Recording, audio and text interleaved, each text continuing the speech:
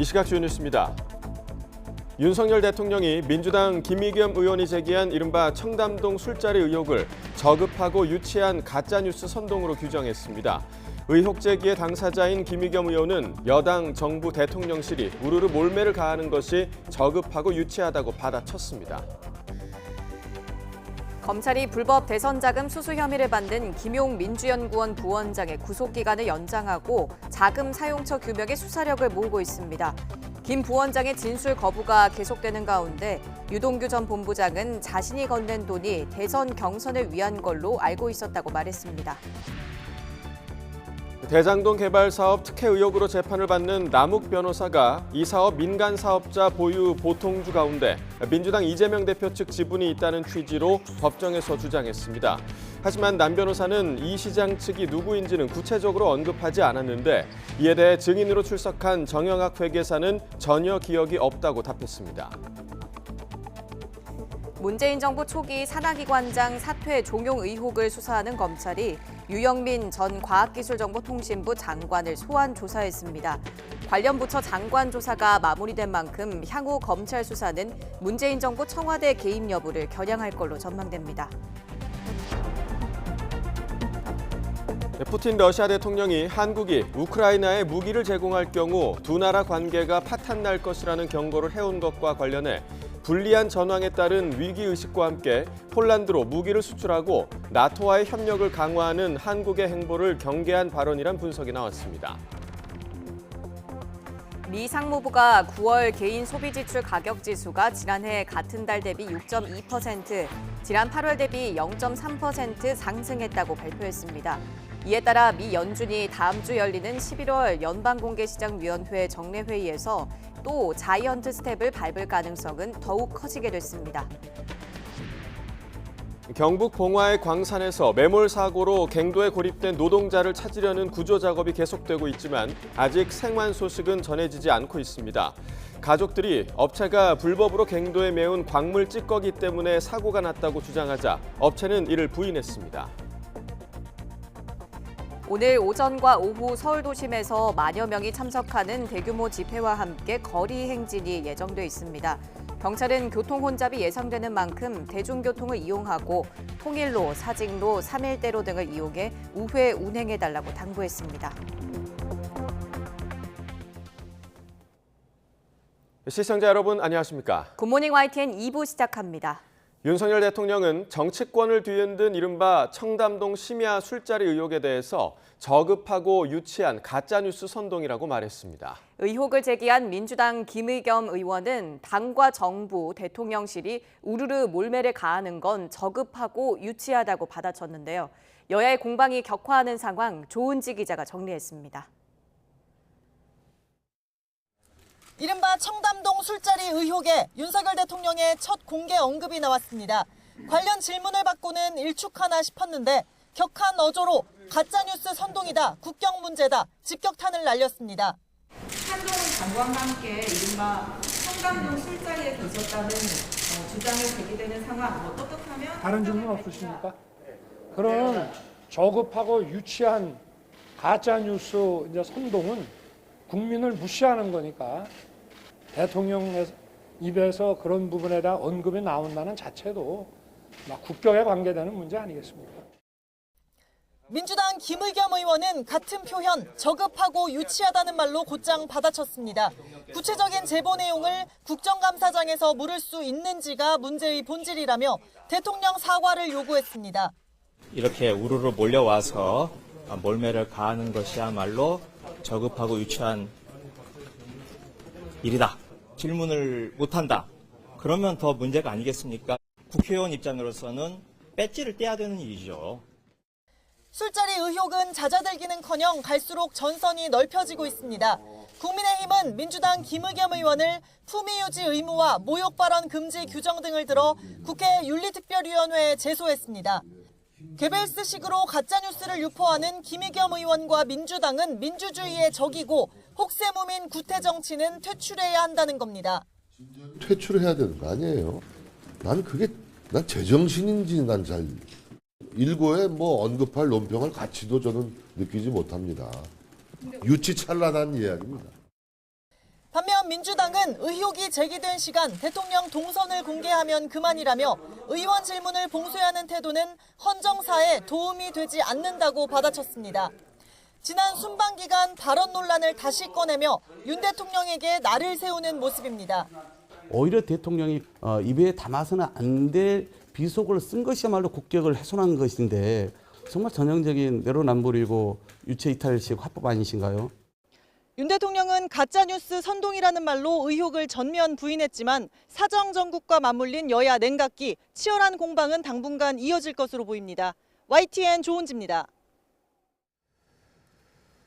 민주당 김의겸 의원이 제기한 심야 술자리 의혹의 당사자 한동훈 법무부 장관은 사과 요구에서 한 발 더 나아가 민주당이 저질 가짜뉴스에 모든 걸 걸고 있다고 직격탄을 날렸습니다. 민주당 역시 김 의원을 엄호하며 맞서는 가운데 정치권에서는 한 장관의 강력 반발을 두고 이런저런 해석도 나오고 있습니다. 이경국 기자입니다. 한동훈 장관의 거듭된 부인에도 더불어민주당은 술자리 의혹을 제기한 김의겸 의원을 적극적으로 옹호하고 나섰습니다. 대통령과 실세 국무위원에 대한 국회의 타당한 의혹 제기를 오히려 법적 대응으로 겁박하려 한다며 날을 세웠습니다. 조폭들이 무슨 말하자면 표현이 거칩니다만 뭐 손모가지 걸자 뭐 이런 것도 아니고 그게 무슨 걸고 할 게 아니죠. 네. 물으면 답하면 되는 겁니다. 아니라고. 전직 비대위원장이자 민주당 내 핵심 중진인 우상호 의원은 비슷한 제보가 잇따르고 있다는 주장까지 내놓으며 힘을 보탰습니다. 윤석열 대통령이 워낙 술을 좋아하셔가지고 대통령 된 다음에도 밤늦게까지 술자리를 한다는 제보가 하도 많이 들어와요. 윤석열 대통령을 고리로 심야 술자리 의혹이 터무니없는 게 아닐 수 있다는 걸 은연중에 강조한 건데 당장 한 장관은 발끈했습니다. 우상호 의원의 과거 논란을 꺼내들며 역공에 나선 데 이어 그분이야말로 5.18의 NHK 룸사롱에서 여성에게 쌍욕한 걸로 알려진 분 아닙니까? 본인이 그러니까 남들도 다 그런 줄 아시는 것 같습니다. 제1야당 전체를 상대로 가짜뉴스에 모든 걸 걸고 있는 것 같다며 사실상 경고장을 보냈습니다. 민주당이 오히려 이 저질 가짜뉴스에 올인하듯이 모든 걸 걸고 있는 것 같아서 안타깝습니다. 야당의 공격에 물러서지 않겠다는 뜻을 분명히 밝힌 셈인데 정치권에선 현직 장관의 이런 행보가 이례적이라는 평가가 적지 않습니다. 특히 민감한 사정정국에 법무부 장관이 잇따라 강경 발언을 내놓는 배경을 놓고 해석이 분분합니다. 자타공인 윤석열 대통령의 핵심 측근으로 꼽히는 한동훈 장관이 결국 여의도 정가로 입성할 거라는 소문이 무성합니다. 거대 야당과 각을 세우며 자신의 정치적 몸집을 키우고 있다는 말들이 끊이지 않는 겁니다. 물론 한 장관은 아직까진 2년 뒤 총선 출마 가능성에 선을 긋고 있지만 출마 안 하실 건가요? 저는 그런 생각이 없다는 말씀을 드리겠습니다. 예, 알겠습니다. 제가 지금 여기서 왜 그런 말씀 드려야 될지 모르겠습니다만 지금 현재 그런 생각이 없습니다. 정치는 생물이라는 정가의 오랜 격언처럼 이를 고지고대로 받아들이는 사람은 많지 않은 것도 현실입니다. 민주당 내에서 한동훈 장관을 꼬집어 공격하는 게 오히려 한 장관의 정치적 위상만 키워주는 거라는 경계론이 나오는 것도 바로 이 때문입니다. 하지만 민주당 이재명 대표를 겨냥한 검찰 수사가 속도를 내는 상황인 만큼 한 장관은 당분간 여야 공방의 중심에서 논란의 한 축이 될 가능성이 커 보입니다. YTN 이경국입니다. 레고랜드 사태가 금융시장의 일대 혼란을 촉발한 위기 국면에서도 정치권의 책임 떠넘기기 공방이 한창입니다. 여야가 대응책 마련에 머리를 맞대도 부족할 판에 최문순 전 지사와 김진태 현 지사 간의 핑퐁 책임 공방만 조장하고 있습니다. 보도에 황윤태 기자입니다. 더불어민주당은 레고랜드 사태를 대여 공세의 기회로 보고 연일 총력전을 펼치고 있습니다. 경제를 알지 못하는 김진태 지사의 도정 능력 부족으로 채권 시장이 직격탄을 맞았다며 자진 사퇴로 책임지라고 거듭 압박했습니다. 김 지사가 당장 해야 할 일은 조기 귀국이 아니라 조기 사퇴입니다. 전임자 지우기에 나선 검찰 출신 경알못 도지사, 김진태의 기한을 바라는 국민은 그 누구도 없습니다. 동시에 윤석열 대통령을 향한 쌍끌이 공세에도 나섰습니다. 윤 대통령이 주재한 비상경제 민생회의를 평가절하하며 현 정부의 경제실정 난맥상 부각에 집중했습니다. 저희가 평가하기로는 비상도, 경제도, 민생도 없었다, 이렇게 평가할 수밖에 없습니다. 위기를 인정하고 심각성을 인지해서 실효적인 대책을 반드시 신속하게 만들어내야 합니다. 민주당은 다음 주 춘천을 직접 방문하고 김 지사 면담도 요청하는 등 레고랜드 쟁점화에 당력을 쏟아부을 태세입니다. 반면 국민의힘은 강원도에서 시작된 금융시장 동요불동이 정부 여당으로 옮겨붙는 걸 가장 경계하고 있습니다. 이 때문에 김진태 지사가 아닌 레고랜드 사업을 추진한 민주당 출신 최문순 전 지사에게 책임을 물어야 한다고 방어막을 쳤습니다. 김진태 지사의 조치도 적절했던 건 아닌 걸로 보여집니다만은 그렇다고 하더라도 민주당이 그 문제를 지적하는 것은 조금 무책임한 일인 것 같고 시선 돌리기 아닌가 그렇게 생각합니다. 또 정권 책임론을 띠는 민주당과 판박이로 문재인 정부 시절 이미 위기가 시작됐다며 화살을 전 정부로 돌렸습니다. 현재 국내 시중 자금이 경색된 주 원인은 문재인 정권 5년간 탈원전 정책의 희생양으로 삼았던 한전의 국내 채권 시장 교란입니다. 문재인 정권이 5년 동안 국민 경제를 고민한 것이 아니라 선거와 표만 고민한 결과입니다. 정부 여당은 30일 고위당정 협의회를 열고 금융시장 상황을 긴급 점검하며 레고랜드 여파 최소화에 주력할 계획입니다.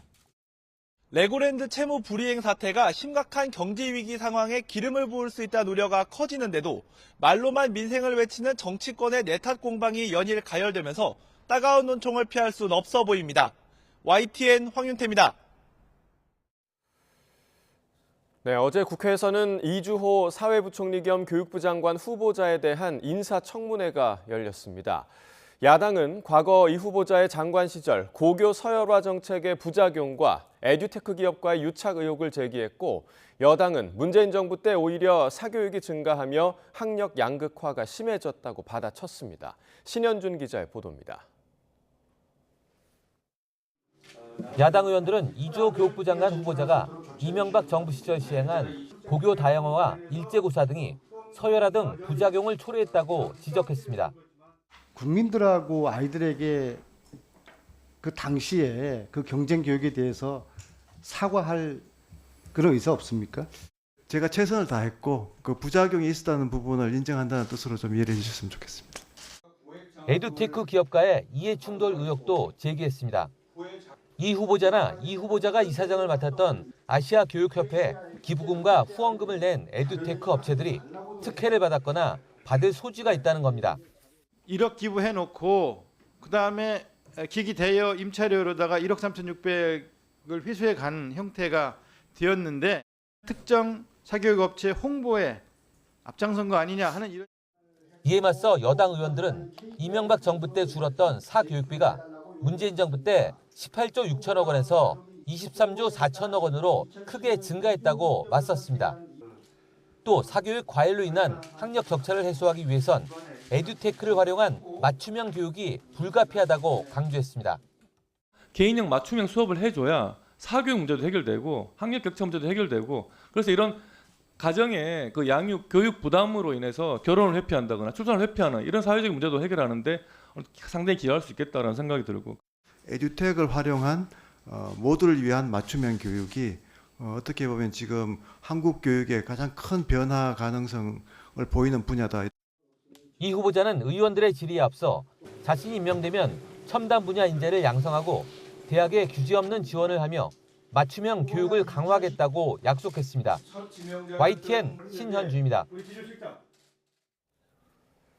검찰이 김용 민주연구원 부원장의 구속기간을 열흘 더 연장하고 대선 자금의 사용처 규명에 수사력을 모으고 있습니다. 하지만 김 부원장의 진술 거부로 어려움이 적지 않은데 유동규 전 본부장은 대선 경선을 위한 자금으로 알고 있었다고 거듭 강조했습니다. 우철희 기자입니다. 검찰은 체포와 구속영장 발부 이후 1차 구속기간 만료를 맞은 김용 부원장의 신병을 열흘 더 확보했습니다. 법원으로부터 구속기간 연장을 허가받아 다음 달 7일까지 김 부원장을 구속 상태에서 조사할 수 있게 된 겁니다. 연일 소환에도 진술 거부로 대선 자금 사용처와 이재명 대표 관여 여부 규명이 난항에 빠진 것 아니냐는 분석이 나오는 상황에서 검찰로선 당연한 조치로 풀이됩니다. 하지만 검찰은 진술 거부에도 필요한 조사를 하고 있고 충분한 증거를 확보했다는 자신감을 겉으로 드러내고 있는데 한동훈 법무부 장관도 힘을 보탰습니다. 유동규 전 본부장의 진술 말고는 증거가 없다는 민주당과 김 부원장 측 비판을 비상식적이라고 반박하고 나선 겁니다. 법원이 구속영장을 발부했죠. 그럼 법원을 욕하셔야죠. 법원이 그러면 유동규의 진술 하나만으로 구속영장을 발부했다? 이런 주장을 하고 싶으신 건가요? 한 장관의 자신감에는 유 전 본부장이 혐의를 입증할 결정적인 증거들을 제공한 것 아니냐는 해석이 나옵니다. 앞서 유 전 본부장은 인터넷에 연결된 휴대전화 저장 기록과 비밀번호까지 제출했다면서 흔적은 지워지는 게 아니란 말을 남겼습니다. 이 대표 측근들과의 통화 녹음과 메시지는 물론 대장동 사업이나 대선 자금과 관련한 결정적인 물증까지 남아있을 가능성도 제기됩니다. 클라우드는 이제 제가 어떻든 소명할 수 있는 내용들, 그다음에 이제 진실에 입각해서 뭐 필요한 내용들은 다 제공하겠다라는 의지로 생각하시면 되겠습니다. 그러면서 유 전 본부장은 김 부원장에게 건넨 돈이 대선 경선을 위한 자금이라는 점을 공개적으로 못 박았습니다. 김용 부원장에게 이제 자금 넘길 때 이게 대선 자금으로 쓰일 거라는 걸 좀 알고 계셨을까요? 경선 자금을 알고 있습니다. 검찰은 이 대표의 또 다른 최측근인 정진상 민주당 정무조정실장을 피의자로 입건하는 정식 수사 개시와 뇌물죄 추가 적용 여부에 대한 검토에도 들어갔습니다. 김 부원장이 성남시 의원 시절, 정 실장이 성남시와 경기도청 재직 당시인 2014년과 2020년에 돈을 받은 정황을 검찰은 앞서 포착한 것으로 알려졌습니다. 검찰이 쥐고 있다는 증거가 김용 부원장을 넘어 이재명 대표로 나아갈 수 있는 결정적 한 방이 되느냐가 수사의 관건이 될 전망입니다. YTN 우철입니다. 대장동 개발 사업 특혜 의혹으로 재판을 받고 있는 남욱 변호사가 이 사업에서 민간 사업자가 차지한 보통주 가운데 더불어민주당 이재명 대표 측의 지분이 있다는 취지로 법정에서 주장했습니다. 남 변호사는 서울중앙지방법원에서 열린 재판에서 증인으로 출석한 정영학 회계사를 직접 신문하며 이같이 주장했습니다. 남 변호사는 지난 2015년 화천대유 대주주 김만배 씨, 정 회계사가 만난 자리에서 김 씨가 사업 전체 지분 가운데 25%만 받고 빠지라고 말했고 나머지는 이재명 당시 성남시장 측 지분이라고 얘기했다고 주장했습니다. 다만 남 변호사는 이 시장 측이 누군지는 구체적으로 언급하지 않았는데 이에 대해 정 회계사는 전혀 기억이 없다고 답했습니다. 문재인 정부 블랙리스트 의혹으로 고발당한 유영민 전 과학기술정보통신부 장관이 검찰에 출석했습니다. 서울 동부지방검찰청은 어제 오전 직권남용 권리행사 방해 혐의로 고발당한 유 전 장관을 소환해 조사하고 있습니다. 유 전 장관은 지난 2017년 6월부터 이진규 전 과기부 1차관, 마창환 전 과기부 기획조정실장, 임대식 과기부 혁신본부장 등과 공모해 임기철 한국과학기술기획평가원장의 사퇴를 종용했다는 의혹을 받습니다. 지난 2017년 4월에 취임한 임 전 원장은 임기를 2년 남기고 1년 만에 사직했습니다. 조 바이든 미국 행정부가 기존 입장을 뒤엎고 신형 전술핵무기를 계속 운용하기로 했습니다. 중국은 미국의 핵 위협은 중국을 놀라게 할 수 없다고 맞받아쳤습니다. 구수본 기자입니다. 미국 국방부는 27일 공개한 핵태세 검토 보고서에서 도널드 트럼프 전 행정부에서 시작된 잠수함 발사 핵탄두 순항미사일 개발 프로그램 취소를 확인했습니다. 또 B2 등 전략폭격기에서 투하되는 핵항공폭탄인 B-83-1도 퇴역시키기로 했습니다. B-83-1은 2차 대전 당시 일본 히로시마에 투하됐던 핵탄두의 80배인 최대 1.2메가톤의 파괴력을 낼 수 있습니다. 그러나 트럼프 전 행정부 시절 도입이 확정된 신형 전술 핵무기 W-76-2를 계속 운용하기로 했습니다. W-76-2는 파괴력이 5에서 7킬로톤 사이의 전술 핵무기입니다. 미국 민주당은 2020년 대선 당시 공약에서는 W76-1을 불필요하고 낭비적이며 옹호의 여지가 없는 무기라고 비판했습니다. 이후 출범한 바이든 행정부에서도 퇴역이 검토됐지만 우크라이나 전쟁을 계기로 러시아 전술 핵무기의 위협이 부각되자 시기상조란 판단을 내린 것으로 보입니다. 이번에 공개된 핵태세 검토 보고서는 미국의 전술핵이 수백 발에 불과한 반면 러시아가 보유한 전술 핵무기는 최다 2,000발에 이르며 지금도 핵탄두를 실을 수 있는 신무기를 다수 개발 중이라고 강조했습니다. 이어 중국 역시 2030년까지 핵탄두 1,000개를 보유할 것으로 추산된다면서 미국은 사상 처음으로 주요 핵무기 보유국 두 곳을 전략적 경쟁자이자 잠재적 적국으로 마주하게 될 거라고 경고했습니다. 중국은 미국이 신형 전술 핵무기를 계속 운용하기로 한 것에 대해 미국의 핵 위협은 중국을 놀라게 할 수 없다고 맞받아쳤습니다. 왕원빈 중국 외교부 대변인은 중국은 국가 안보와 이익을 수호할 자신감과 능력이 있다며 이같이 말했습니다. 또 중국이 2030년까지 핵탄두 1,000개를 보유할 것이라는 미국의 예상에 대해서는 중국의 정상적인 핵 역량 현대화에 대해 이래라 저래라 하며 함부로 추측했다고 비판했습니다. YTN 구수본입니다. 북한이 호국 훈련 마지막 날인 어제 동해상으로 탄도미사일을 발사했습니다. 합동참모본부는 어제 낮 12시쯤부터 20분 동안 북한이 강원도 통천 일대에서 동해상으로 발사한 단거리 탄도미사일 2발을 포착했다고 밝혔습니다. 또 미사일의 비행거리는 약 230km, 고도는 24km, 속도는 마하 5로 탐지했고 세부 재원은 한미 정보당국이 정밀 분석하고 있다고 설명했습니다. 미 국방부는 핵태세 검토 보고서에서 북한이 핵공격을 감행하면 정권이 종말을 맞을 거라고 명시한 것과 관련해 핵무기가 사용돼선 안 된다는 뜻에서 발표한 거라고 밝혔습니다. 사브리나 싱 미 국방부 부대변인은 브리핑에서 북한의 핵 사용 가능성을 묻는 질문에 보고서는 핵무기 사용을 확실히 억제하기 위한 것이라며 이같이 말했습니다. 그러면서 우리 목표는 한반도의 완전한 비핵화라며 북한 도발은 지역 내 불안정을 가중시킬 뿐 아니라 미국의 한국, 일본과의 관계를 더욱 강화시킬 거라고 설명했습니다. 미 국방부가 발표한 핵태세 검토 보고서에는 김정은 북한 정권이 핵무기를 사용하고 살아남을 수 있는 시나리오는 없다며 북한이 미국이나 동맹국의 핵공격을 감행할 경우 정권의 종말로 귀결될 거라고 경고했습니다. 북한이 핵 위협 수위를 높이면서 내부적으로는 식량난 타개에 총력을 기울이는 모습입니다. 특히 김정은 국무위원장을 주민들의 먹거리 해결에 매진하는 애민 지도자로 부각하기 위해 대대적인 선전을 이어가고 있습니다. 이교준 기자입니다. 조선중앙TV가 이달 중순부터 꾸준히 방송하고 있는 새 기록 영화 인민의 어버이입니다. 김정은 국무위원장이 주민들의 의식주 문제 해결을 위해 안간힘을 쓰는 모습을 부각하며 우상화하는 내용이 대부분입니다. 우리 인민들의 먹고 입고 쓰고 사는 문제로 그토록 근심 걱정이 많으신 사회주의 대가정의 자애로운 어버이. 노동신문은 지난 17일 김 위원장이 만경대 강반석 혁명학원을 찾아 학생들의 식사를 직접 챙기는 모습을 일면에 크게 실었습니다. 또 김 위원장의 특별 조치로 평양 대성산 부근에 아이스크림 공장이 준공됐다는 소식도 대대적으로 선전했습니다. 김 위원장의 애민 지도자 이미지를 연일 부각하며 식량난 타개에 총력을 기울이는 건데 대북 제재 장기화와 작황 부진 등으로 상황은 좋지 않습니다. 미국 농무부는 북한의 올해 쌀 생산량이 1994년 고난의 행군 이후 가장 낮은 수준인 136만 톤에 그칠 것으로 관측하고 있습니다.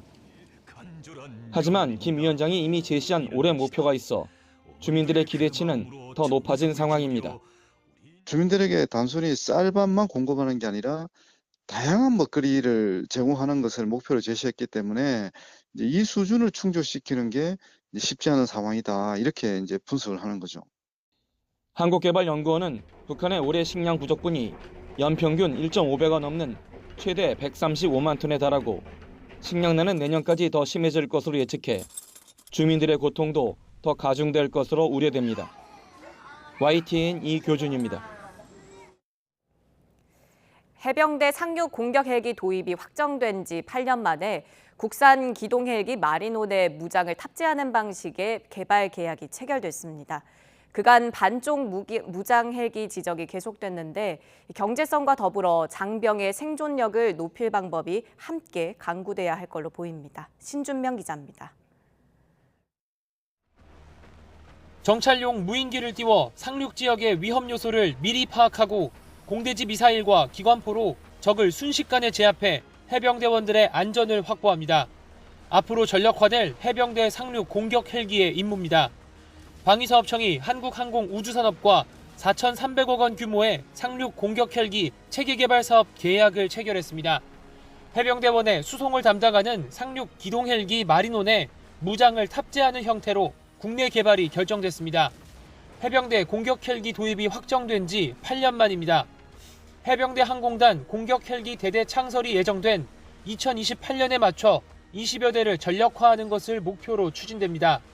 상륙 공격 헬기는 터렛형 기관포와 공대지, 공대공 미사일 등 막강한 무장을 장착하고 각종 대공화기 방어 장비도 탑재해 공격 헬기 자체의 생존력도 높일 계획입니다. 하지만 이번 계약 체결로 국내 개발과 해외 수입 사이에서 벌어졌던 논란이 또다시 불거질 것으로 보입니다. 개발의 기반이 되는 기동 헬기 마리논이 해외 공격 헬기 바이퍼나 아파치와 달리 널쩍한 모양의 좌우 좌석 형태라 공격에 취약하고 수직 상승 속도와 무장 탑재력 등도 떨어져 공격 헬기로서는 부적합하다는 주장이 계속되고 있기 때문입니다. 머리논에다가 무장을 장착한 헬기가 아닌 현재 공격 헬기로서 운용되는 그런 헬기를 해병대에서 원하고 있습니다. 개발업체와 방사청은 이미 실전에서 사용 중인 마리논을 기반으로 하는 만큼 호환성이 높아 해병대 조종사 양성 소요를 최소화할 수 있고 후속 군수 지원도 쉬워 예산 절감 효과가 있다는 입장입니다. 하지만 최전방 상륙이라는 위험한 작전을 수행하는 해병대 장병의 생존력을 효과적으로 높일 방법도 함께 고려돼야 할 것으로 보입니다. YTN 신준명입니다. 푸틴 러시아 대통령이 우리나라를 지목해 경고를 보낸 데 대해 여러 해석이 나오고 있는데요. 불리한 전황에 따른 위기의식과 함께 폴란드로 무기를 수출하고 나토와의 협력을 강화하는 한국의 행보를 경계한 발언으로 보입니다. 조수연 기자가 보도합니다. 우리 정부는 우크라이나에 살상 무기를 지원하지 않는다는 기존 입장을 재확인했습니다. 윤석열 대통령은 푸틴 대통령의 경고에 어디까지나 우리의 주권 문제라고 반박하면서 러시아를 포함해 세계 모든 나라와 평화적인 관계를 유지하려 노력하고 있다고 설명했습니다. 우리는 우크라이나에 대해서 늘 인도적인 그런 평화적인 지원을 국제사회와 연대해서 해왔고 살상 무기라든가 이런 것은 공급한 사실이 없습니다만은 푸틴 대통령이 한국을 콕 집어 언급한 데에는 최근 전황이 불리해지는 가운데 선제적 경고를 보내려는 의도가 담긴 것으로 풀이됩니다. 특히 우리 군이 폴란드와 방산 수출 계약을 체결한 것도 영향을 줬을 거란 분석이 나옵니다. 폴란드는 반러시아 전선의 선봉에 있는 데다 우크라이나를 적극 지원하고 있어서 폴란드로 수출된 한국 무기가 우크라이나로 흘러들어갈 가능성을 우려했을 거란 겁니다. 러시아가 자기 스스로의 우려를 그런 차단을 하기 위한 걸로 보여지고 우리가 아무래도 폴란드에 이제 방산 수출을 하게 되니까 여기에 대한 것도 약간 자극을 받은 게 아닌가라는 생각은 듭니다. 여기에 우리 정부가 지난 6월 나토 정상회의 참석을 계기로 나토와의 협력 강화를 다짐한 것도 푸틴 대통령의 경계심을 키웠을 수 있습니다. 지금 푸틴 정부가 우려하는 것은 뭐냐면 미국 그리고 영국, 독일, 프랑스 등 그 나토 국가들이 고성능 어떤 그 첨단 무기들을 지원하면서 전세가 지금 러시아에게 불리하게 돌아가고 있는 상황이고 또 한국마저도 그러한 그 무기를 공급할 것 같으면은 더욱더 어떤 그 좋지 않은 상황으로 이제 이 변해들 같은 것을 생각을 하고 그러면서 우크라이나 전쟁이 발발한 뒤 국제법 원칙에 따라 우리가 대러 제재에 동참하면서 한러 관계에는 일단 멈춤 상태가 이어지고 있습니다. 때문에 러시아와 우크라이나 간 전쟁이 어떻게 마무리되느냐에 따라 향후 한러 관계의 방향도 다시 설정될 것으로 보입니다. YTN 조수연입니다.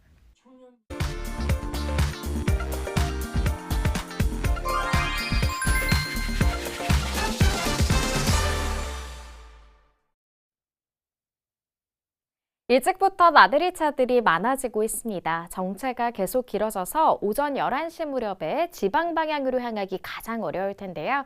시간을 아끼려면 지금 출발하시거나 오후 2시 이후에 이동하시는 게 낫겠습니다.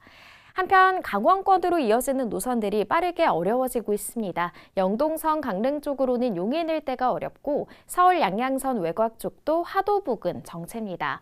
같은 시각 호남 지역으로 이어지는 서해안고속도로 목포 쪽 8탄 분기점 일대 정체가 길어지고 있는데요. 현재 전북 내륙과 강원 내륙 등을 중심으로는 안개까지 자욱합니다. 비상등 켜고 감속하면서 안전하게 통과하셔야겠고요. 그 가운데 영동선 강릉 쪽 이동량으로 인해 서용인 분기점부터 용인 지나 양지 터널까지 불편하고 서울 양양선 양양 쪽 정체 빠르게 길어졌는데 이제는 남양주 요금소부터 화도까지 꽉 막혀 있습니다. 그래도 광주 원주선은 비교적 나은 편이라 원주 쪽 초월 일대에서만 짧게 주춤합니다. 같은 시각 중부선 남이 쪽 하남과 산곡 분기점 사이가 어렵고요. 아직까지 경부선 부산 쪽으로는 잠원과 서초 사이로만 주춤하고 경기권과 충청권 지나기가 모두 수월합니다. 다만 논산 천안선 논산 쪽으로는 남풍사 일대에서 답답합니다. 안전띠 착용 잊지 마시고요. 고속도로 교통방송이었습니다. 김병관 전 더불어민주당 의원이 강제추행 혐의로 재판에 넘겨졌습니다. 수원지방검찰청 성남지청은 최근 김 전 의원을 강제추행 혐의로 불구속 기소했습니다. 김 전 의원은 의원으로 재직할 때인 지난 2019년 경기도 성남시에 있는 한 식당에서 남성 A씨에게 부적절한 신체 접촉을 하는 등 강제추행한 혐의를 받습니다.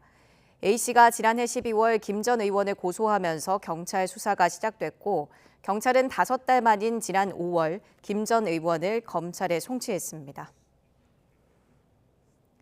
계곡 살인 사건으로 기소돼 1심에서 무기징역을 선고받은 이은혜 씨가 판결에 불복해 항소했습니다. 살인과 살인미수 등 혐의로 무기징역을 선고받은 이 씨는 선고 하루 만에 인천지방법원에 항소장을 제출한 걸로 전해졌습니다.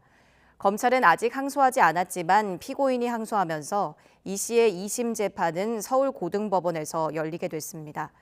이 씨의 공범으로 징역 30년을 선고받은 조현수 씨는 아직 항소장을 제출하지 않은 걸로 알려졌습니다. 아파트에서 아내와 두 아들을 살해한 혐의를 받는 40대 남성이 구속됐습니다. 이 남성은 계획 범행을 시인하면서도 자신이 돈을 벌어오는 ATM 취급을 당했다며 책임을 가족에게 돌리는 모습도 보였는데요. 부모뿐 아니라 자녀를 숨지게 하는 범죄도 처벌을 강화해야 한다는 목소리가 커지고 있습니다. 정인용 기자입니다. 겉옷 모자를 푹 눌러쓴 남성이 경찰 호송차에서 내려 법원으로 들어옵니다. 아내와 두 아들을 살해한 혐의를 받는 이른바 새 모자 살인 사건 피의자 40대 A씨입니다. A씨는 영장심사 전 범행 이유 등을 묻는 취재진에게 횡설수설하며 가족에게 책임을 돌리는 말을 늘어놨고 계획된 범행이란 점도 시인했습니다. 제 어머니는 버려졌고 저는 ATM 기계가처럼 일만 시키고 조금씩 몰아가쳐서 그런 것 같습니다. 사건 한 2, 3일 됐어요. 자신에게 찾아오면 범행에 관한 이야기를 해주겠다고 하는 등 미안하다는 말 한마디 외에 반성의 기미는 찾아보기 어려웠습니다. 가족들 처음부터 다 살해하려고 계획하신 거예요? 연애 오시면 다 말씀드릴게요. 궁금하신 거 다 설명드릴게요. 법원은 30분 만에 영장심사를 마친 뒤 범죄의 중대성으로 인해 도망 염려가 있다며 A씨의 구속영장을 발부했습니다. A씨는 지난 25일 저녁 8시쯤 경기 광명시에 있는 아파트에서 아내와 중학생, 초등학생인 아들 둘을 숨지게 한 혐의를 받습니다. 실직 이후 경제적으로 어려움을 겪자 부부간 다툼이 많아지며 앙심을 품게 됐다는 게 A씨 주장입니다. 경찰 조사에서는 협의이혼 서류 제출을 앞두고 큰아들이 자신과는 살고 싶지 않다고 말하는데 격분해 범행을 저질렀다고 진술했습니다. 하지만 경찰은 A씨가 범행 이후 흉기와 옷가지를 버리고 CCTV를 피해 PC방에 들러 알리바이를 만드는 등 치밀하게 범행을 계획했다고 보고 있습니다. 다만 부모 등 존속 살해는 7년 이상 징역에 처하도록 가중처벌 규정이 있는 것과 달리 자녀 등 비속 살해는 다른 살인 범죄와 형량이 같습니다. 전통적인 유교적 가족 제도의 영향을 받은 건데 대법원 양형 기준에도 존속 사례만 가중 요소로 명시돼 있습니다. 전문가들은 가장 안전해야 할 공간인 가정에서 미성년 자녀가 속수무책으로 범죄에 희생되는 걸 막기 위해 비속 사례도 가중 요소에 포함해 엄중하게 다룰 필요가 있다고 조언합니다. 그 사회에서 가장 중요한 것이 그 가정이 온전해야 되는, 끔찍하게 살해되는 이 자체는 다른 범죄, 다른 살해죄에 비해서 비난 가능성도 높고 반인도적 성격이 있는 것이기 때문에 양형 인자의 대폭적인 상향이 필요하지 않나. 특히 자녀 등을 대상으로 한 비속 범죄에 대해선 통계조차 없는 현실부터 개선해 나가야 한다는 목소리도 커지고 있습니다. YTN 정인용입니다. 경북 봉화 광산에서 매몰 사고로 갱도에 고립된 노동자를 찾으려는 구조 작업이 계속되고 있지만 아직 생還소식은 전해지지 않고 있습니다. 가족들은 업체가 불법으로 갱도에 메운 광물 찌꺼기 때문에 사고가 났다고 주장했고 업체는 이를 부인했습니다. 이윤재 기자입니다. 수직 갱도를 오르는 작업용 엘리베이터가 쉴 새 없이 움직입니다. 구조용 갱도를 파내면서 나온 토사가 엘리베이터에 실려 나옵니다. 하지만 기다리는 고립 노동자가 구조됐다는 소식은 전해지지 않고 있습니다. 구조작전은 사고가 난 제1수직갱도에서 직선거리로 200m 이상 떨어져 있는 이곳 제2수직갱도 지하에서 이뤄지고 있습니다. 제2갱도에서 수직으로 140m를 내려간 뒤 다시 수평으로 130m를 이동해야 하는데 사용하지 않고 수십 년째 방치된 갱도에 암석과 토사가 뒤섞여 진입에 오랜 시간이 걸리는 겁니다. 이 통로는 저 작업하는 레일이 안 깔리는 상태고 이 지주대는 그 수십 년 전에 지주한 상태라서 안반이 그 단단하지가 않답니다. 무너질 그 위험도 있기 때문에 애타게 생환을 기다리는 가족들은 늦어지는 구조 소식에 가슴이 타들어갑니다. 좁은 갱도 탓에 더 많은 인력과 장비를 동원하지 못하는 상황이 한스럽기만 합니다. 기대가 될 만한 아무런 장비나 인력이 투입이 되지 않고 원시적인 방법으로 진행되고 있습니다. 계획했던 그 시간이 지체가 되고 가족들은 또 사고 원인으로 불법 매립한 광물 찌꺼기를 지목했습니다. 업체가 비용을 줄이려고 갱도에 광물 찌꺼기를 매립하면서 사고가 났다는 주장입니다. 하지만 업체 측은 불법 매립은 없었고 무너진 광물은 조사해봐야 알 수 있을 거라고 해명했습니다. 폐기물을 벗지 않느냐 그런 말씀이 나오는데 저는 이제 그렇지 않다. 이것도 예상치 못한 것이 터져서 이런 사고가 발생이 됐는데 이건 저희들도 더 조사를 해봐야 됩니다. 경찰과 관계당국은 우선 급한 구조 작업을 마치고 이후에 무너진 토사를 분석하는 등 사고 원인을 조사할 예정입니다. YTN 이윤재입니다. 경기 양주시에 있는 오수관 보강공사 현장에서 작업자 한 명이 매몰돼 숨지는 사고가 발생했습니다. 경찰과 고용노동부는 안전의무 준수 여부와 함께 중대재해처벌법 적용 대상인지 등을 조사하고 있습니다. 임성재 기자입니다. 하천 주변으로 높은 흙더미가 쌓여 있고 땅을 파낸 자리엔 건설 구조물이 설치돼 있습니다. 각 구조물 사이엔 접근을 금지하는 폴리스 라인이 쳐졌습니다. 오전 10시 20분쯤 경기 양주시 용암리에 있는 오수관 보강공사 현장에서 노동자가 매몰되는 사고가 났습니다. 공사장 안전을 점검하는 감리업체 소속 67살 남성 A씨가 구덩이에 빠져 흙에 파묻힌 겁니다. 신고를 받고 출동한 구급대가 1시간 40분 만에 구조해 병원으로 옮겼지만 결국 숨졌습니다. 싱크홀이면 푹 빠져버렸잖아요. 갑자기. 그러니까 포크레인으로 다시 무너지니까 천천히 이렇게 파가지고 2시간 정도. A씨는 사고 당시 7m 깊이로 파인 구덩이 사이에서 작업하다 딛고 서 있던 집안이 갑자기 무너지면서 추락한 거로 전해졌습니다. 사고 당시 A씨가 서 있던 곳 아래를 관통해 두 구덩이를 지름 1.5m 크기 오수관으로 연결하는 작업이 진행되고 있었습니다. 각 구덩이 위엔 철제 시설물이 설치돼 가벽 역할을 했지만 A씨가 서 있던 바닥은 흙으로 메워져 있었습니다. 봐요, 그게 다 모래잖아요. 물이 다 항상 있다고. 이 옆에서 파니까 그냥 확 물러들어요. 해당 오수관 보강공사는 경기 양주시가 발주해 2019년 3월부터 작업이 진행되고 있었습니다. 고용노동부는 공사 금액이 50억 원을 넘지만 사망자가 시공사가 아닌 감리업체 소속이어서 중대재해처벌법을 적용할 수 있는지 검토하고 있습니다. 경찰도 시공사 등 공사 현장 관계자들을 상대로 안전수칙 준수 여부 등을 조사하고 있습니다. YTN 임성재입니다. 아파트 외벽을 도색하던 40대 노동자가 추락해 숨지는 사고가 발생했습니다. 2달 전에도 같은 아파트에서 비슷한 사고로 노동자 1명이 숨졌는데 두 사고 모두 같은 업체였습니다. 차상은 기자입니다. 아파트 화단에 흰색 페인트가 담긴 통이 떨어져 있습니다. 작업 흔적이 남은 안전모와 운동화도 흩어져 있습니다. 부산에서 아파트 외벽 도색 작업을 하던 40대 A씨가 추락하는 사고가 난 건 지난 27일 오후 3시 40분쯤. 7층 높이에서 떨어진 A씨는 병원으로 이송됐지만 결국 숨졌습니다. 현장에 있었던 관계자는 A씨 무게를 지탱하던 작업용 줄이 짧은 상태였다고 말합니다. 그래서 5층에 걸렸어요. 5층에 걸려가지고 일을 작업을 하다 모르는 거야. 건이는 짧은지 모르는데 내려가다 그냥 쏙 빠졌습니다. 빠지는 것 같아요. 추락을 막기 위한 안전장치는 무용지물이었습니다. 만일의 사고에 대비하기 위한 안전줄입니다. 사고를 당한 A씨의 몸과 연결이 되어 있었지만 안전장치가 제대로 작동하지 않은 것으로 파악됐습니다. 추락을 하면서 안전거리가 자꾸 다 걸려야 되는데 그 부분에 대해서는 지금 저희들이 국가수 감정 지금 의뢰를 해놨어요. 사고가 난 도색업체는 지난 8월에도 같은 아파트에서 비슷한 사고를 내 40대 노동자 1명이 숨졌습니다. 업체 대표와 안전 책임자는 안전교육과 장비 점검에 소홀했던 것으로 드러나 업무상 과실치사 혐의로 입건돼 검찰에 송치된 상태였습니다. 50인 미만 사업장이라 중대재해처벌법은 적용되지 않았습니다.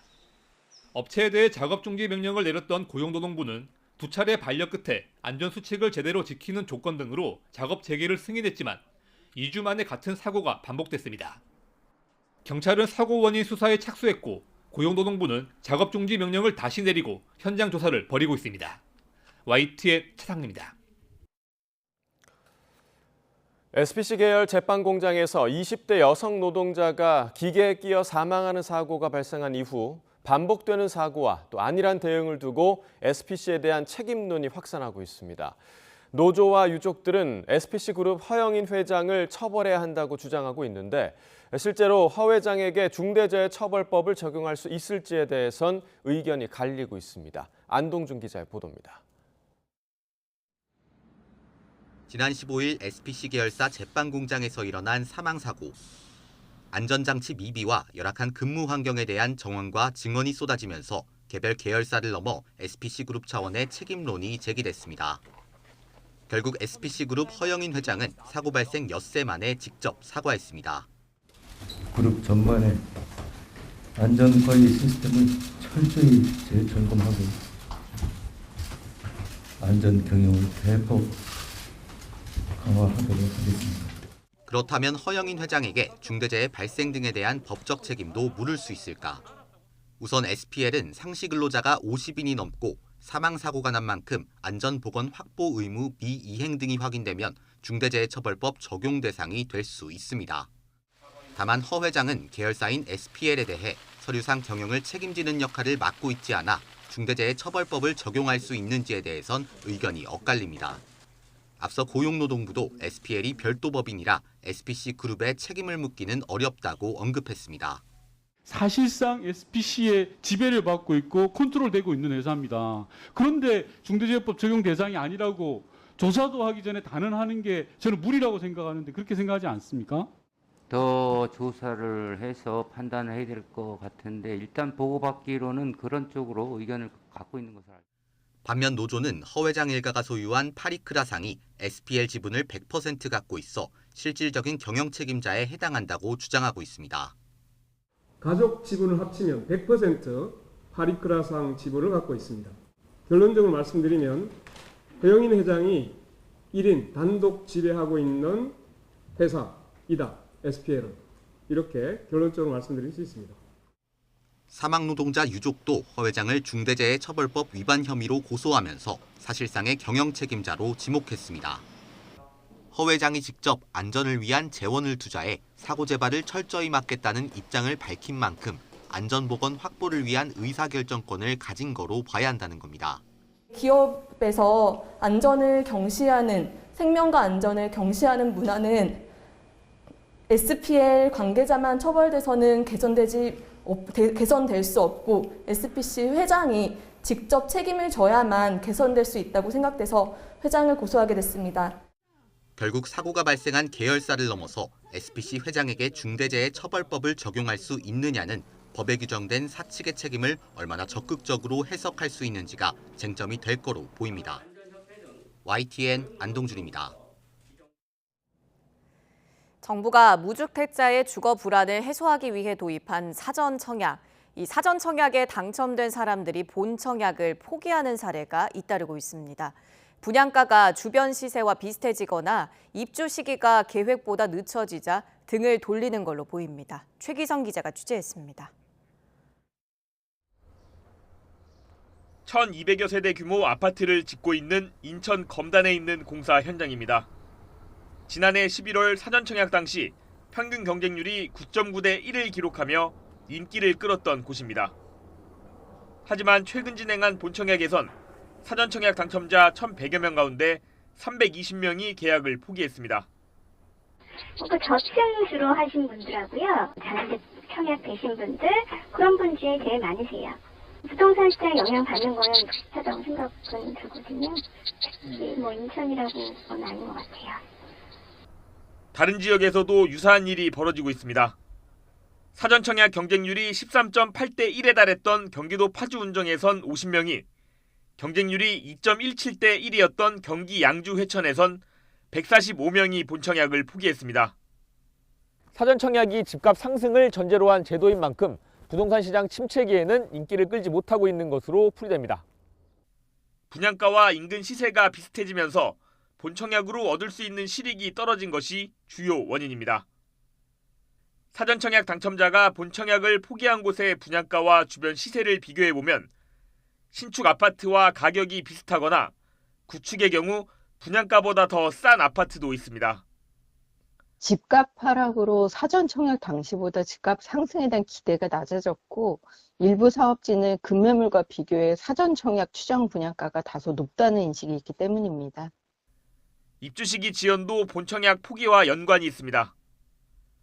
이미 초등학교 개교 지연과 자재 수급 차질 등으로 수도권에서만 7곳 입주가 연기됐습니다. 짧게는 원래 계획보다 넉 달, 길게는 1년 넘게 미뤄진 지역도 있습니다. 입주 때까지 무주택 자격을 유지해야 하는 사전청약 당첨자들은 예정일이 미뤄질 때마다 영향을 받을 수밖에 없습니다.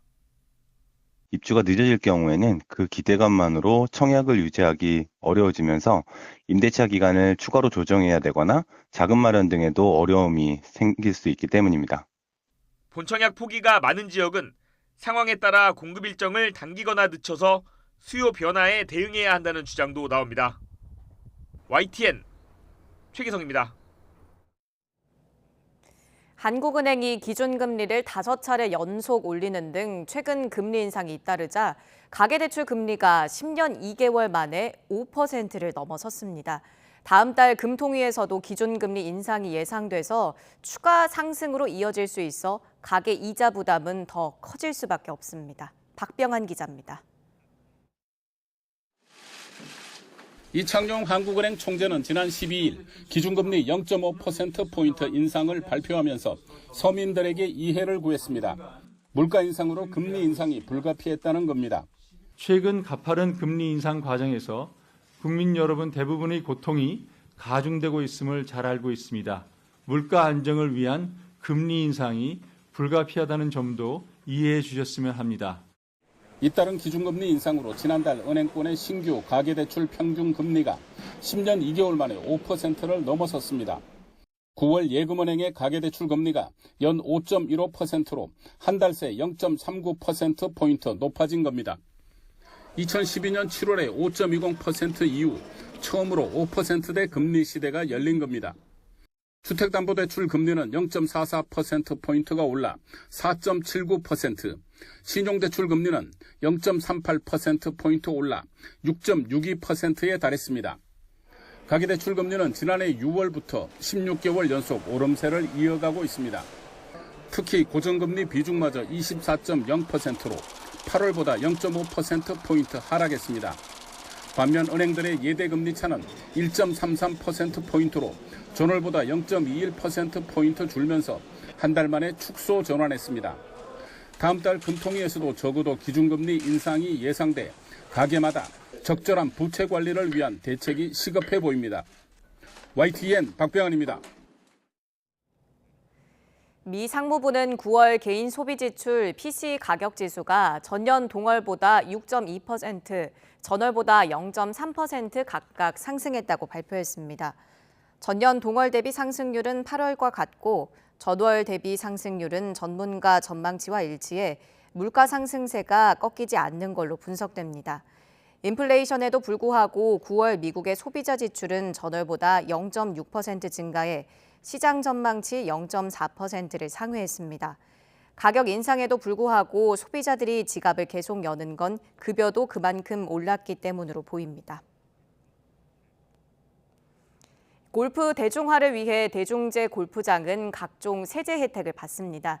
하지만 일부 대중제 골프장이 혜택은 혜택대로 누리고 그린피는 그린피대로 폭리를 취하면서 논란인데요. 앞으로는 상황이 달라질 전망입니다. KCTV 제주방송 문수희 기자입니다. 제주도 내 한 골프장입니다. 한창 때보다 가격이 내렸지만 주말에는 그린피가 25만 원에서 30만 원까지 가고 있습니다. 대중제 골프장이지만 회원제와 다를 바가 없습니다. 골프 대중화 목적으로 대중제 골프장에는 개별 소비세와 취득세, 재산세 등 각종 세제 혜택을 지원하고 있습니다. 하지만 코로나 특수를 타고 골프 인구가 급증하면서 대중제 골프장 가운데 과도하게 그린피를 올린 곳이 적지 않아 논란이 일고 있습니다. 모 골프장의 경우 주말 그린피를 45만 원까지 올렸습니다.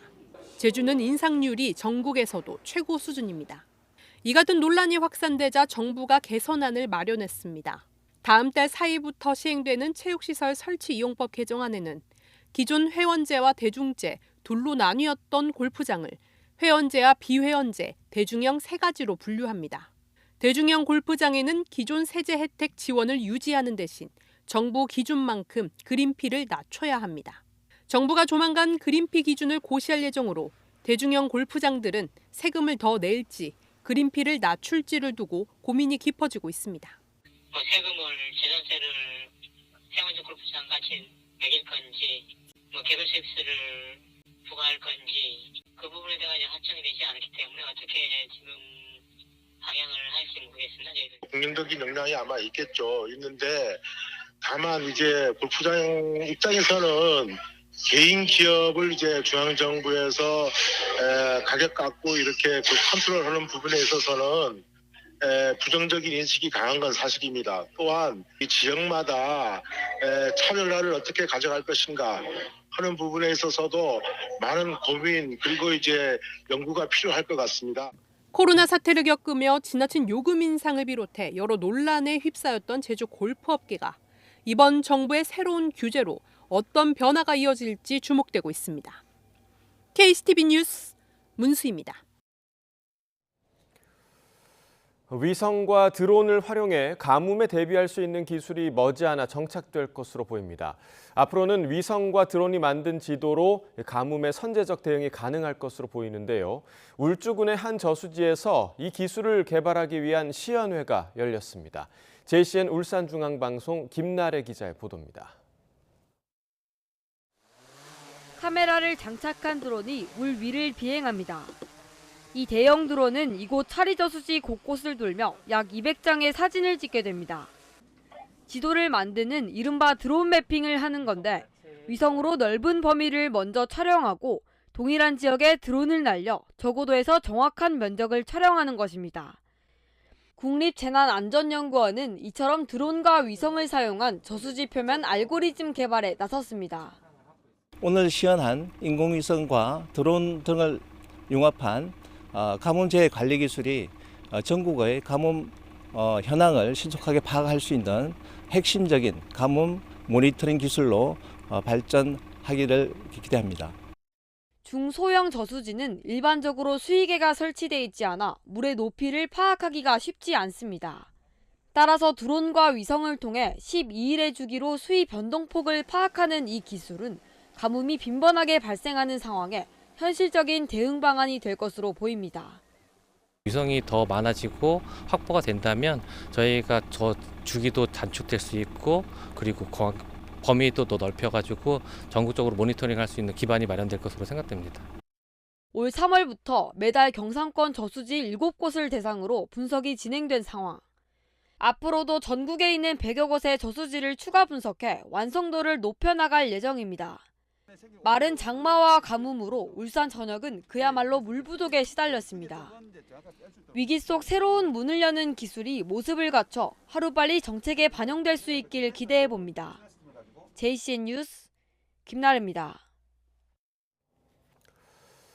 단풍은 1년 중 가을에만 볼 수 있는 자연의 선물이죠. YTN 카메라가 절정을 이룬 강원도의 단풍을 포착했는데요. 한 폭의 풍경화를 보는 것처럼 환상적인 모습을 정혜윤 기자가 전해드립니다.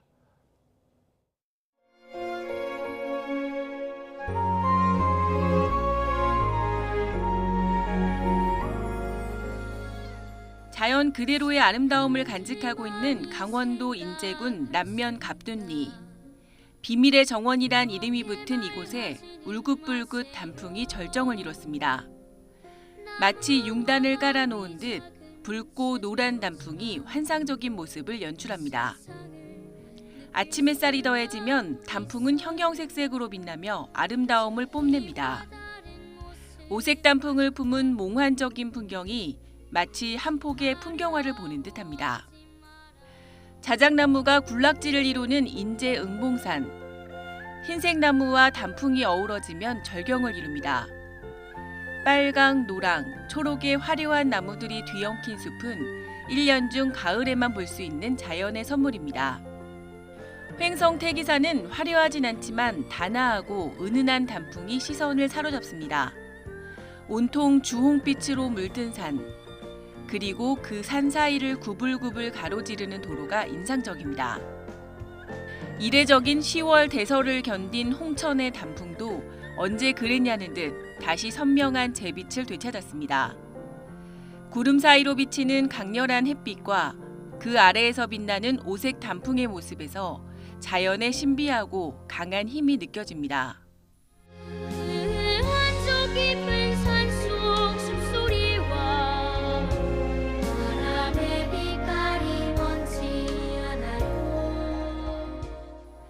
깊어가는 가을, 풍경화처럼 아름답고 선명한 단풍의 향연은 전국 곳곳에서 다음 달 중순까지 이어질 전망입니다. YTN 정혜윤입니다. 문화재청장을 지낸 유홍준 교수가 나의 문화유산 답사기 서울편을 완간했습니다.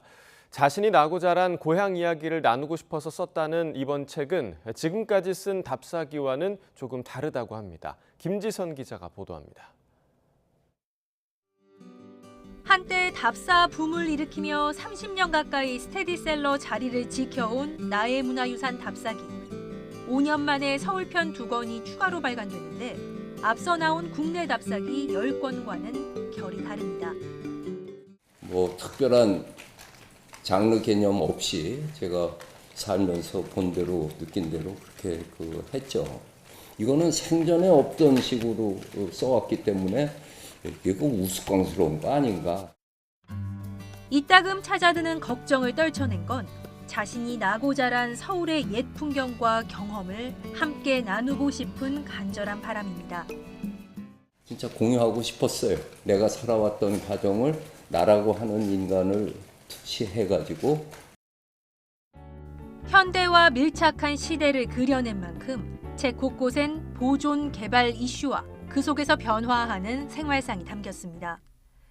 문재인 정부 대통령실 이전 준비위원장을 역임한 저자는 최근 개방된 청와대 활용 방안을 놓고 치열한 토론을 벌일 필요가 있다고 제안했습니다. 건축가들의 컴피티션을 여는 겁니다. 그러니까 여기에서 헐어버릴 거는 무엇이고 남길 건 무엇이고 복원할 건 무엇인가에 대한 것. 지난 1993년 처음 출간돼 올해 29년을 맞는 나의 문화유산 답사기 시리즈는 국토박물관 순례로 마무리할 계획입니다. 경기도 연천 전곡리 선사 유적지를 시작으로 이미 지필에 들어갔고 독도 답사로 끝을 낸다는 구상입니다. YTN 김지선입니다. 남도의 가을 정치도 무르익어 가고 있습니다. 전남 강진만에는 갯벌과 갈대숲이 어우러져서 황금빛 물결이 일렁이고 있는데요. 강진 갈대 축제 현장을 오선열 기자가 다녀왔습니다. 청명한 가을 하늘 아래 강진만 생태공원이 황금빛으로 물들었습니다. 드넓은 갈대밭과 은빛 바다가 만나 장관을 이룹니다. 솜털 같은 꽃을 피우고 나들이객을 맞이합니다. 너무 좋지. 가슴도 팍 트이고 강도 있고 하여튼 너무너무 좋아요. 그리고 우리 주부들은 일단 이렇게 일상을 탁 뒤로 하고 나잖아요. 그 자체가 너무 좋아요. 강진만 생태공원 갈대숲은 축구장 90개보다 넓습니다. 나들이객들은 키가 3m를 훌쩍 넘는 갈대 사이를 거닐며 가을 정취를 만끽합니다. 갈대 축제한다고 해서 오늘 이제 겸사겸사 왔는데 너무 멋있네요라고 이러고 좋은 데가 있는지 몰랐어요. 예, 그래서 친구들도 다 좋아하고 그래서 자연 그대로 생태계 보니까 짱퉁어도 그대로 있고 참 좋네요.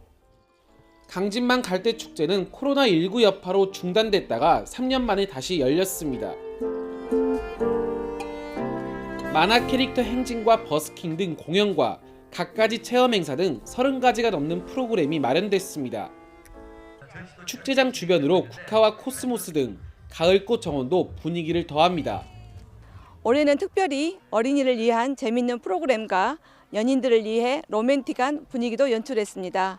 가을의 정취를 마음껏 즐기며 아름다운 추억과 행운도 꼭 잡아가시기 바랍니다. 깊어가는 가을을 느낄 수 있는 강진만 춤추는 갈대 축제는 다음 달 6일까지 계속됩니다. YTN 오선열입니다. 루벤스와 벨라스케스, 반다이크 등 서양 미술 거작의 명화들이 우리나라에 왔습니다. 600년 역사의 합스부르크 왕가가 수집한 오스트리아 빈 미술사 박물관의 소장품들을 만날 수 있습니다. 김태현 기자입니다. 그리스 로마 신화의 극적인 장면을 담은 바로크 미술거장 루벤스의 작품입니다. 정체를 숨긴 채 한 마을을 방문해 노부부와 만난 최고의 신 주피터와 전령의 신 머큐리의 이야기를 정교하게 묘사했습니다. 스페인 궁정화가 벨라스케스는 예쁘고 단아한 5살 공주를 그렸습니다. 같은 해 그린 걸작 시녀들에도 똑같은 모습의 이 공주가 나옵니다.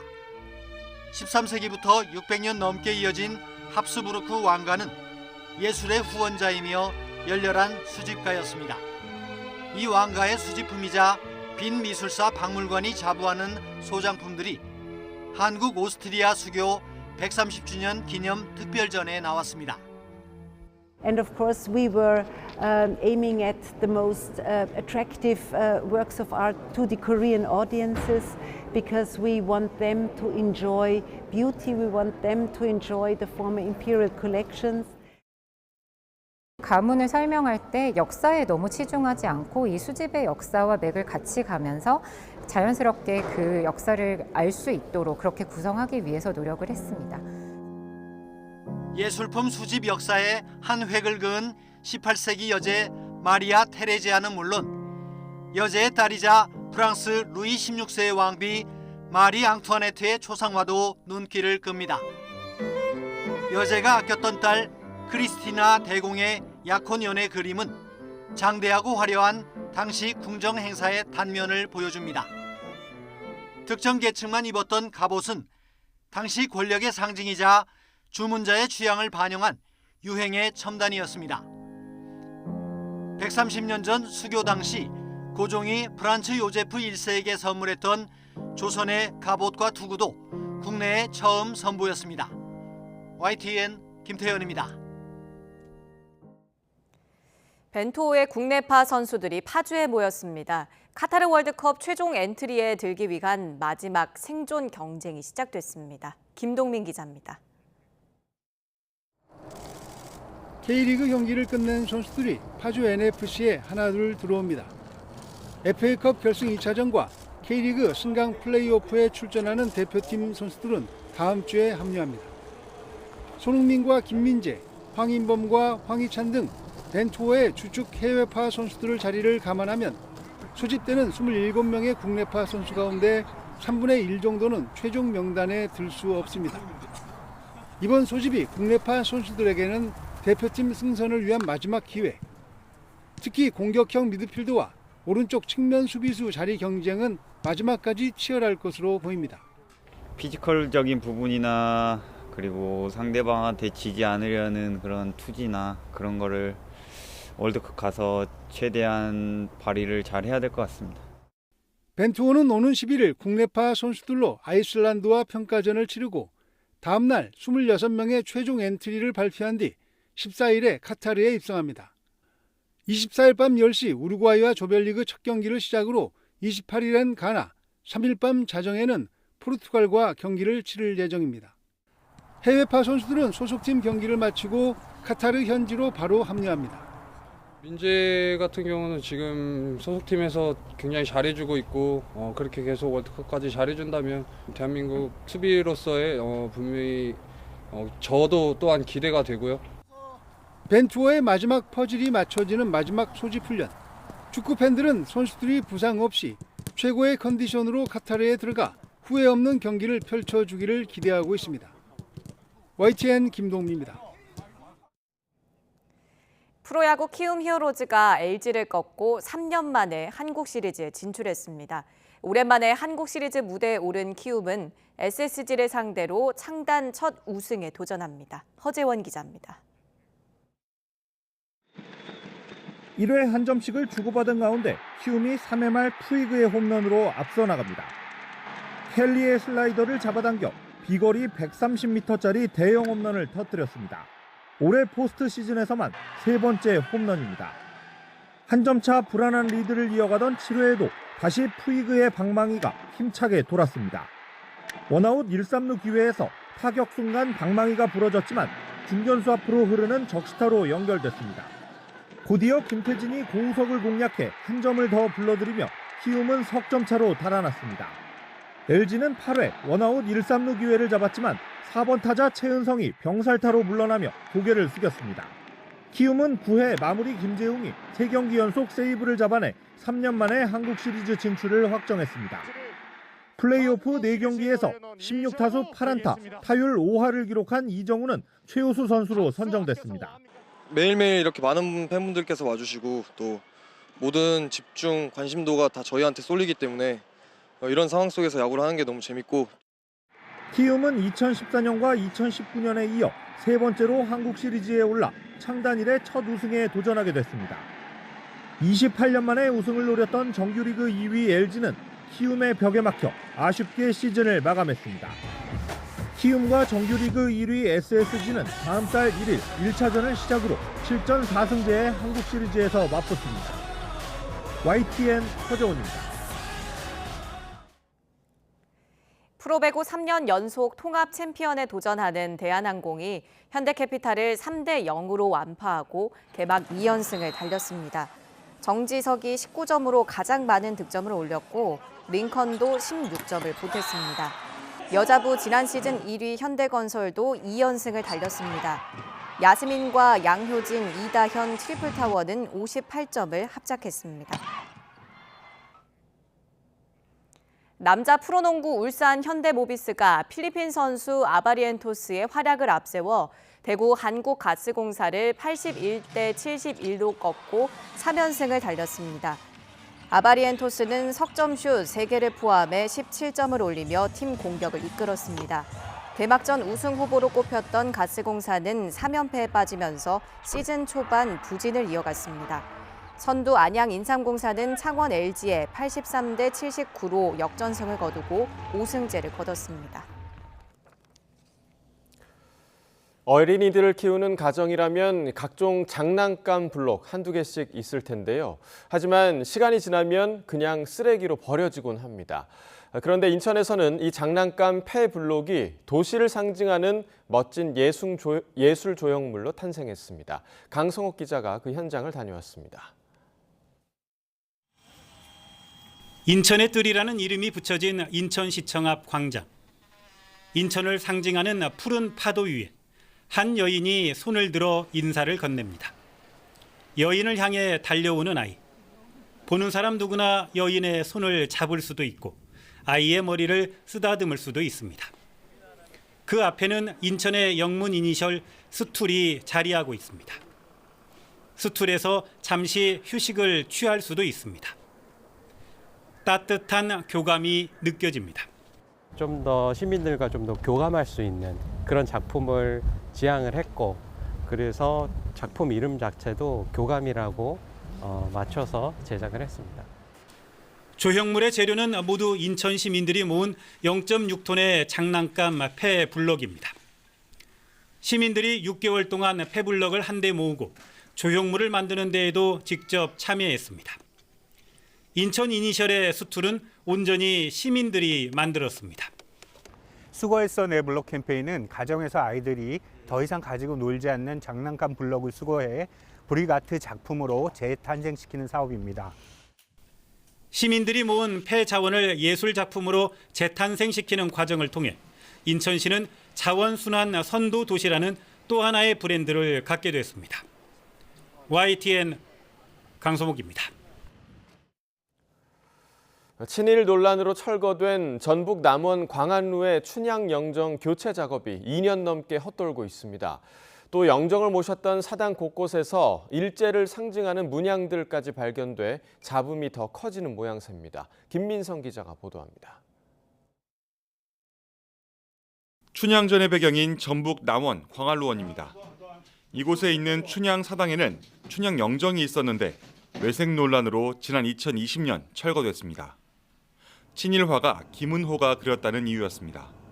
이게 조선왕실의 오약꽃, 이게 일본왕실의 국화꽃, 국화꽃 속에 오약꽃이 들어가 있습니다. 내선일체로서 조선과 일본은 하나다. 이후 영정각은 2년 넘게 비어 있습니다. 새로 봉안할 영정을 선정하기 위해 남원시가 거친 고증 연구 용역 결과가 사회적 합의를 끌어내지 못하면서입니다. 남원 지역 시민단체는 춘향제가 시작된 1931년부터 30년간 봉안됐다 철거된 최초의 춘향 영정을 다시 올려야 한다고 말합니다. 당시 남원 유지와 기생들이 항일 정신을 모아 조성한 만큼 역사적 의미가 깊다는 이유입니다. 그런 민족 정신이 담겨져 있는 최초 춘향 영정을 최초 춘향 사당을 복원해서 봉안하는 것은 너무나도 당연합니다. 예술성이 떨어지니 그런 것도 다 최초 춘향 영정을 편하게 한 발언입니다. 이런 대립각 속에 춘향 사당 안팎에서 일제의 흔적으로 추정되는 것들이 추가로 발견돼 상황은 더 꼬여가고 있습니다. 봉안대 옆 벽지에 오동잎과 오동꽃 문양이 보이는데 지금도 일본에서 쓰는 이른바 고시치노 기리 문양과 비슷하다는 겁니다. 사당 뒤쪽 지붕 아래에 있는 국화 문양은 일본 야스쿠니 신사 상징과도 닮아 있습니다. 이런 근거로 영정을 모셔야 할 춘향 사당 역시 처음부터 다시 고증하자는 주장이 제기되고 있습니다. 가상의 인물 춘향의 상징들을 둘러싼 친일 논란이 심화하면서 사당 영정 교체 작업도 한동안 제자리 걸음을 이어갈 것으로 보입니다. YTN 김민성입니다.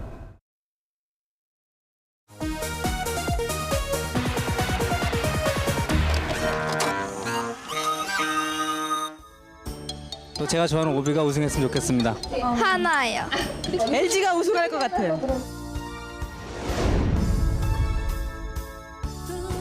스포츠에 대한 관심이 한껏 높아진 가운데 우리나라에도 직업 야구가 시작됐습니다.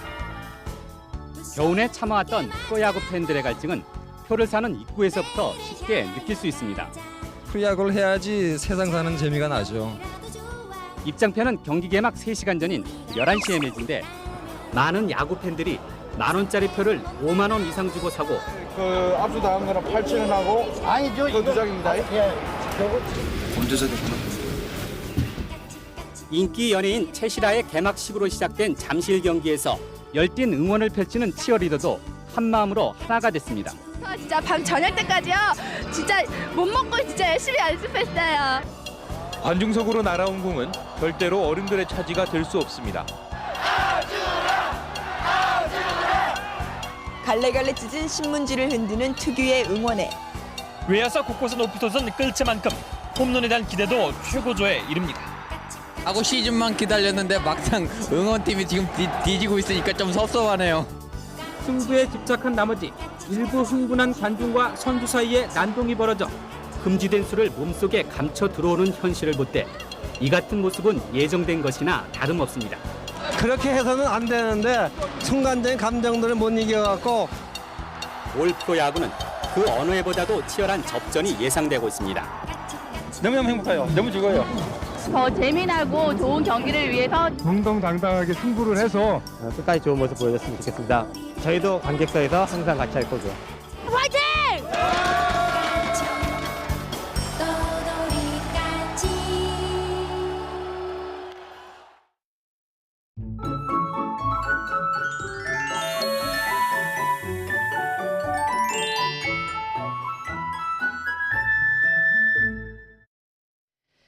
(10월의) 마지막 주말입니다. 이른 아침 안개가 짙은데요. 현재 충남 홍성과 아산 등 곳곳에서 100m 앞도 내다보기가 힘듭니다. 차간 간격 넉넉히 두시고 이동해 주시길 바랍니다. 이 안개는 기온이 오르면서 사라지겠지만 오늘도 경기 남부와 충남, 전북은 오전에 일시적으로 공기가 탁할 것으로 보입니다. 오늘도 일교차가 크게 벌어집니다. 현재 서울 기온이 10.3도, 철원은 4도로 쌀쌀하지만 낮에는 서울이 20도, 철원은 18도까지 올라서 일교차가 많게는 15도 안팎까지 극심하게 벌어질 것으로 보입니다. 오늘 전국에 가끔 구름 많은 가운데 영동과 영남 동해안은 비가 조금 더 이어질 것으로 보입니다. 현재 기온 살펴보겠습니다. 현재 춘천은 7.8도, 부산은 13.6도고요. 낮 기온도 살펴보면 서울은 20도, 춘천 19도, 전주 20도, 광주 22도, 부산은 20도로 예상됩니다. 다음 주에도 대체로 맑겠고 대기는 점차 건조해지겠습니다. 날씨였습니다. 네, 이상으로 토요일 아침 굿모닝 YTN 마칩니다. 잠시 후 YTN 뉴스와이드가 이어집니다. 시청해주신 여러분 고맙습니다.